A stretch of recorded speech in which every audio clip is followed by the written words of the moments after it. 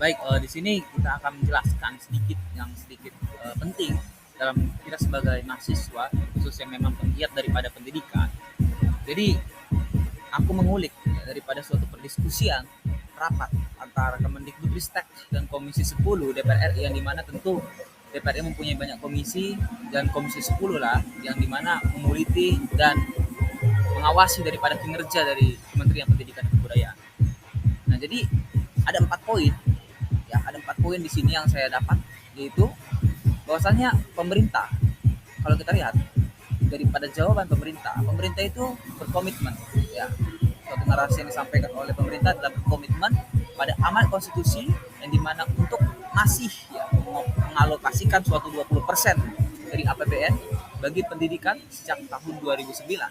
Nah, jadi pada tahun 2024 anggaran pendidikan yang dimana mencapai 665 triliun, sedangkan untuk rancangan anggaran RAPBN tahun 2025 jumlahnya itu naik menjadi 722,6 triliun. Artinya berdasarkan suatu penyampaian yang direncanakan oleh Kemendikbud, artinya ada kenaikan sebesar 655 kurangi 722 triliun tersebut, ada kenaikan ya. Nah, itu masih komitmen.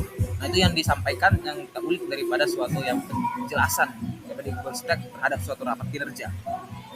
Yang kedua, itu adalah Sekjen Kemendikbudristek, yaitu yang bernama Soehardi, itu menyebut ya bahwasannya kenaikan anggaran ini masih banyak suatu program prioritas yang dimana sepenuhnya terbiayai, ya termasuk suatu kebutuhan belanja wajib seperti bantuan operasional pendidikan dan tunjangan guru. Artinya di sini, artinya Kemendikbudristek walaupun mengatakan ya walaupun ada kenaikan daripada RAPBN, masih ada suatu kekurangan yang memang perlu pengalokasian, ya itu permintaan daripada Kemendikbudristek.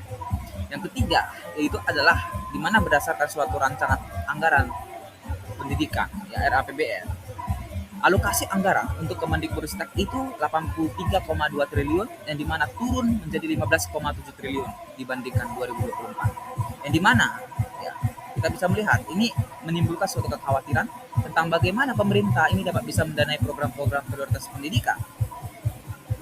Ya. Dan yang keempat adalah berdasarkan suatu hasil diskusi di mana diwakili oleh ketua komisi yang bernama Sairul Huda, yang merupakan ketua komisi 10 DPR RI, di mana adanya suatu inisiatif untuk mengkaji ulang anggaran wajib 20% APBN untuk pendidikan, yang dimana dikhawatirkan dapat menurunkan besaran anggaran pendidikan jika tergantung kepada pendapatan negara. Nah, jadi ada 4 poin yang bisa kita lihat daripada suatu rapat yang didiskusikan oleh Kemendikbudristek ya, dan daripada DPR. Jadi kalau kita lihat di sini dalam suatu pendiskusian kebijakan anggaran pendidikan yang dimana diadakan ya oleh Kemendikbudristek dan Komisi 10 DPR RI, terdapat suatu potensi ya yang dimana melanggar daripada pasal 31 ayat 4 Undang-Undang 1945 serta Undang-Undang Nomor 20 Tahun 2003 tentang Sistem Pendidikan Nasional atau yang disebut dengan Sisdiknas.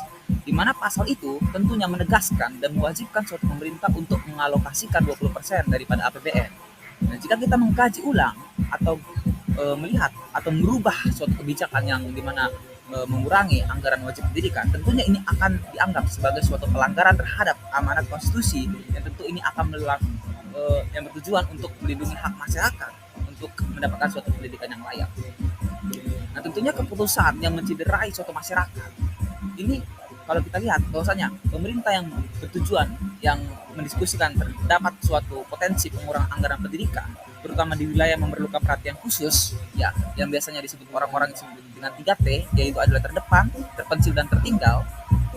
Ini perlu suatu perhatian yang serius, ya, di mana pengurangan anggaran ini akan berdampak kepada akses, kualitas, dan pemerataan pendidikan, yang dimana secara langsung ini akan menurunkan suatu kualitas sumber daya, ya, yang dimana tentu Indonesia itu mempunyai suatu visi misi 2045, yaitu adalah Indonesia emas, sehingga dari hal tersebut kita jika terjadi suatu penurunan maka akan menghambat suatu pembangunan bangsa secara keseluruhan.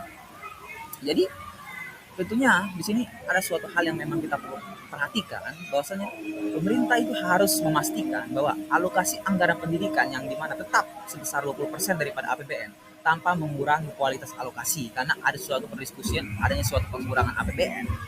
Nah, kebijakan yang mempertimbangkan pertumbuhan ekonomi ini harus tetap mengutamakan kepentingan suatu pendidikan yang dimana sebagai suatu prioritas utama. Jika ada penurunan pendapatan negara, sebaiknya anggaran pendidikan tidak dipangkas. Ini karena melainkan tetap diprioritaskan daripada anggaran pendidikan sesuai dengan amanat undang-undang yang sudah saya sebutkan tadi.